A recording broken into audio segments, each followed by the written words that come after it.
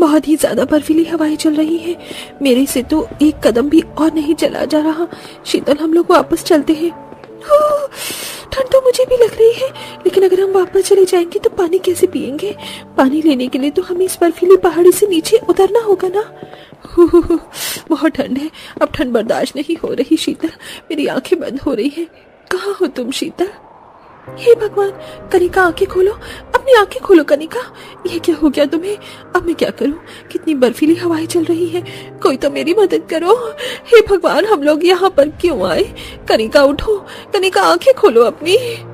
शीतल कनिका को पकड़कर रोने लगती है। शीतल को काफी हिलाने पर भी कनिका नहीं उठती।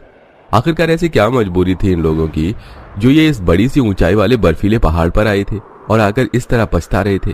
आइए इसकी कहानी को जानने के लिए हम थोड़ा पीछे चलते हैं। मैं तो इस गर्मी से परेशान हो चुकी हूँ। नवंबर का महीना शुरू हो गया है, लेकिन जरा भी ठंड नहीं आई। इस बार सुनने में आया था कि हमारे गांव में तगड़ी ठंड पड़ने वाली है और साथ ही साथ बर्फ भी गिरेगी। मैं तो सोच कर बैठी थी कि इस बार हम सब बर्फ में खूब खेलेंगे, लेकिन देखो बर्फ तो कहाँ, यहाँ तो गर्मी रुकने का ही नाम नहीं ले रही है। काश हमारे पास इतने पैसे होते कि हम लोग साल में एक बार तो बर्फीली जगह पर जा पाते। न जाने हमारी किस्मत में बर्फीली जगह पर जाना लिखा है या नहीं। कनिका, शीतल, पूजा, पूनम, नीलम, आशा, शोभा, सुनीता, शिल्पा और आरती 10 की 10 बहुएं एक साथ एक छोटे से घर में रहती थी।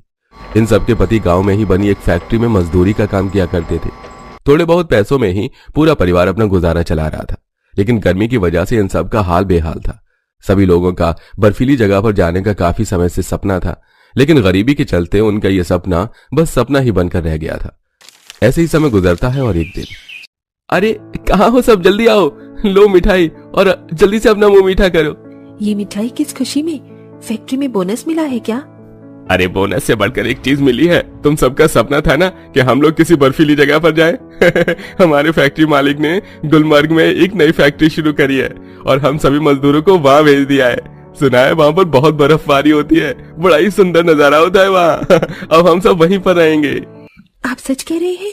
इसका मतलब हम लोग बर्फीली जगह पर जाएंगे और वहाँ पर रहेंगे? हम तो बस ऐसी जगह पर घूमना चाहते थे, लेकिन भगवान ने तो हमें हमारी मांगने से ज्यादा ही दे दिया। अब जल्दी से सामान पैक करते हैं, मैं तो अपने आप को रोक नहीं पा रही हूँ। सभी बहुएं सारा जरूरी सामान पैक करती हैं और अगले दिन पूरा परिवार बस से गुलमर्ग पहुंच जाता है। चारों तरफ ऊंची ऊंची बर्फ से ढकी हुई चोटियां, ठंडी ठंडी बर्फीली हवाएं, इतना सुंदर नजारा देखकर सभी बहुएं काफी ज्यादा खुश थीं। वहीं अब उन सबके पति रहने के लिए आसपास की जगह पर किराए के मकान ढूंढते हैं, लेकिन बर्फीली जगह पर होने की वजह से सारे मकान के किराए काफी ज्यादा बढ़े हुए थे। अरे मैं तो परेशान हो चुका हूँ। कोई 10,000 किराया बता रहा है तो कोई 20,000।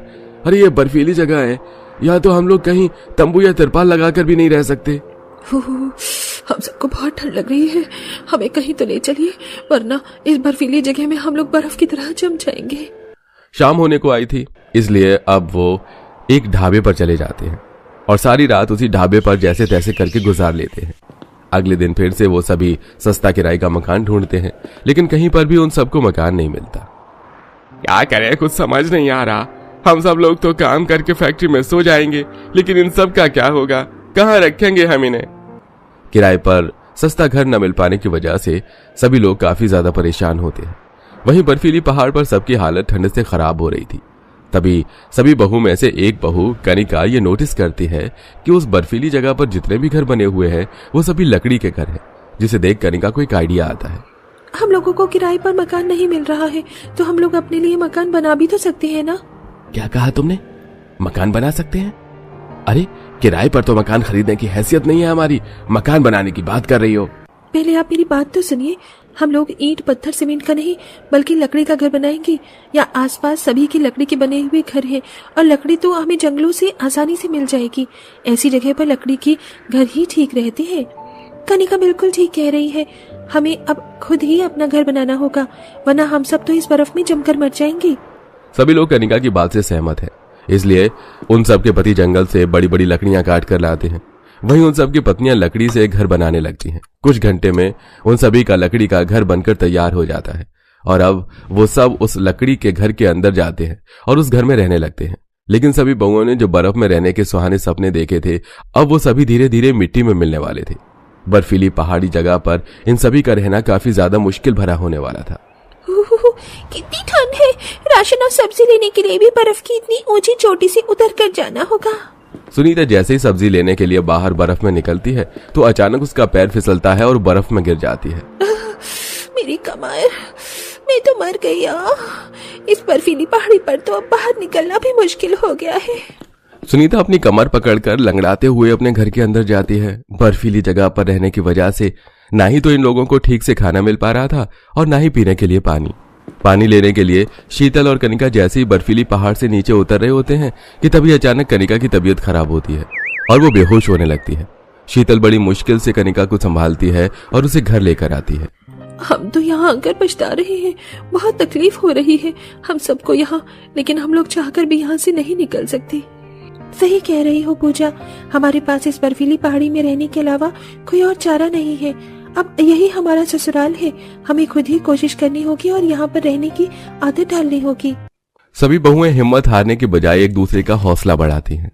अरे शिल्पा, तुम ये लकड़ी के टुकड़ों को चाकू से खरोच क्यों रही हो?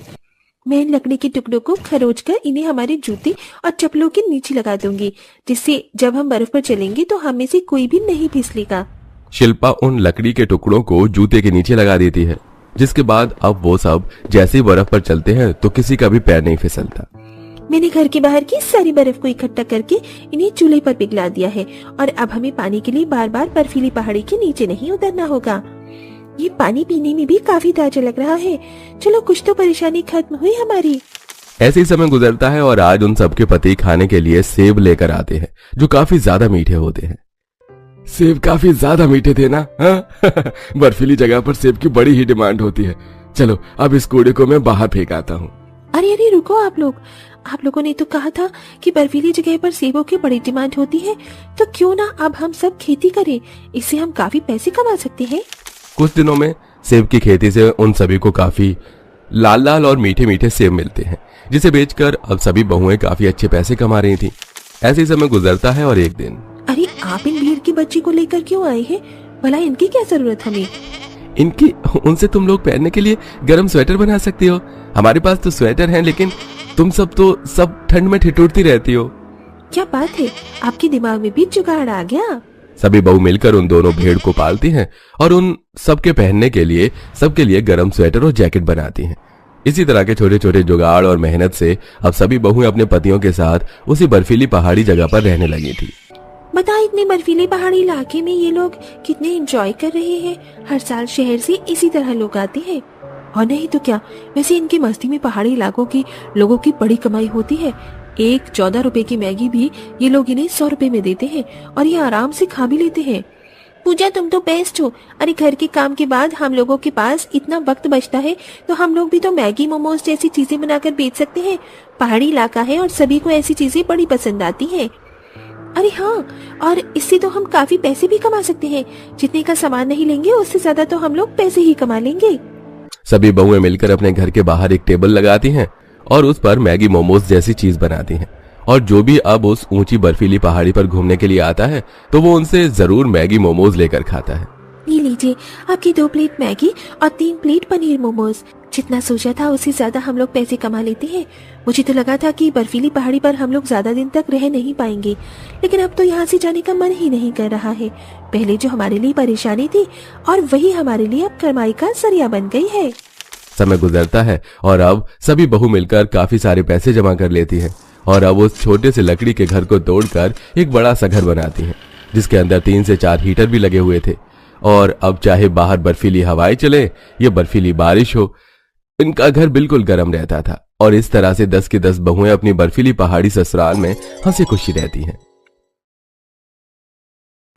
आपकी बातों से तो लगता है कि अच्छे ही लोग हैं। सही कहा, वो वकील साहब भी यही बोल रहे थे। बड़े अच्छे लोग हैं। हमारी लाडली ज्योति वहाँ बहुत खुश रहेगी। बिल्कुल समुद्र की रानी बनाकर रखेंगे वो उसे। माँ बाबा लीजिए चाय। क्या बात है, आप दोनों मुझे ऐसे क्यों देख रहे हो? कुछ नहीं, बस तेरे बाबा तेरे लिए रिश्ता बता रहे थे। हाँ दीदी, बाबा के साथ ना मैं भी वकील साहब के घर ही था जब ये सब बात हुई थी। पता है, आपके लिए समुद्र में से रिश्ता आया है। सुना है आपके लिए रिश्ता भेजने वाले समुद्र के पास रहते हैं। अरे वाह, समुद्र के पास, ठंडी ठंडी हवा। ऐसे में सनसेट में तो हमेशा से ये नजारा देखना चाहती थी मैं। माँ बाबा, तो आपने उन्हें क्या जवाब दिया? क्या जवाब देते। हमें तो लड़का पसंद आ गया है, अब तो बस हम अपनी गुड़िया रानी को विदा करने की तैयारी करेंगे। किशोर की बात सुनकर ज्योति इमोशनल हो गई। ज्योति का परिवार गरीब था और जिस जगह से उसके लिए रिश्ता आया था वो लोग वहां से काफी दूर रहते थे, इसलिए ज्योति के परिवार वाले एक बार भी आंखों से जाकर अपनी बेटी का होने वाला ससुराल नहीं देख पाए। देखते ही देखते दिन गुजर गए और ज्योति की शादी का दिन आ गया, जहां घर से लाडली बेटी की विदाई हो रही थी। माँ बाबा, मैं आप लोगों को बहुत याद करूंगी। सदा खुश रहना दीदी, हम लोग भी आपके समुद्र के घर में जरूर आएंगे। आखिरी बार अपने परिवार से विदाई लेकर ज्योति अपने ससुराल आ गई। उसने अपने ससुराल के बहुत से ख्वाब आंखों में सजाए हुए थे। गाड़ी चलते चलते एक समुद्र के किनारे पर रुक गई, जहां एक बड़ा सा होटल बना हुआ था। अरे वाह, कितना अच्छा और बड़ा घर है। क्या ये आपका है? क्या कहा भाभी, ये घर नहीं होटल है। जानती है, यहाँ की एक दिन रहने की बुकिंग ही 16,000 रुपए है। हमारा घर ये नहीं है, हमारा घर तो आगे है। विनीता ऐसे बोल ही रही थी कि तभी पानी में एक छोटी सी किश्ती तैरते हुए आई। चलिए भाभी चलते हैं, इस किश्ती से ही हम अपने घर जा पाएंगे। ज्योति के कुछ समझ तो नहीं आ रहा था, लेकिन वो किश्ती में बैठ गई और कश्ती उन्हें आगे पानी में चलते हुए एक टापू पर लेकर पहुंची। वो टापू बहुत ज्यादा बड़ा तो नहीं था, लेकिन समुद्र में था। पूरा टापू एक घने जंगल जैसा था, जो सुंदर नहीं काफी डरावना लग रहा था। और वहां पर ज्योति का ससुराल था, जो बस एक घर के नाम पर लकड़ी की छोटी सी कमजोर सी कुटिया थी। ये मेरा ससुराल है? मैंने तो क्या क्या ख्वाब देखे थे, लेकिन ये तो बिल्कुल बंजर सी जगह है। समुद्र के बीचों बीच में तो आदिवासियों में ब्याह गई हूँ मैं। कहाँ खो गई बहू, अंदर आ मेरी बच्ची। जी। ज्योति को वो जगह नाम को भी अच्छी नहीं लगी थी, लेकिन न चाहते हुए भी अब उसे वहां गुजारा करना पड़ता, क्योंकि वो उस घर की बहू बन चुकी थी। ज्योति ने खामोशी से अपने गृह प्रवेश की रस्म कर ली और फिर वो खामोशी से ही अपने कमरे में चली गई, जो काफी छोटा सा लकड़ियों का ही बना हुआ था। अभी वो बैठी हुई थी कि तभी उसके कमरे में उसकी नंद आई। ये लो भाभी, कुछ खा पी लो, आप तो भूखी होंगी ना, माँ ने भिजवाया है। क्या बात है भाभी, आप कुछ उदास लग रही हो? कुछ नहीं, बस घर की याद आ रही थी। घर की याद? भाभी ये भी आपका घर ही है। जानती हो, लखन भाई की शादी की खबर सुनकर पूरे टापू के लोग खुश हो गए थे। आप सिर्फ इस घर की नहीं, पूरे टापू की बहू और बेटी हो भाभी। सही कहा, इस उजाड़ जगह की जहाँ मुझे अपनी बर्बादी के सिवा कुछ नजर नहीं आ रहा है।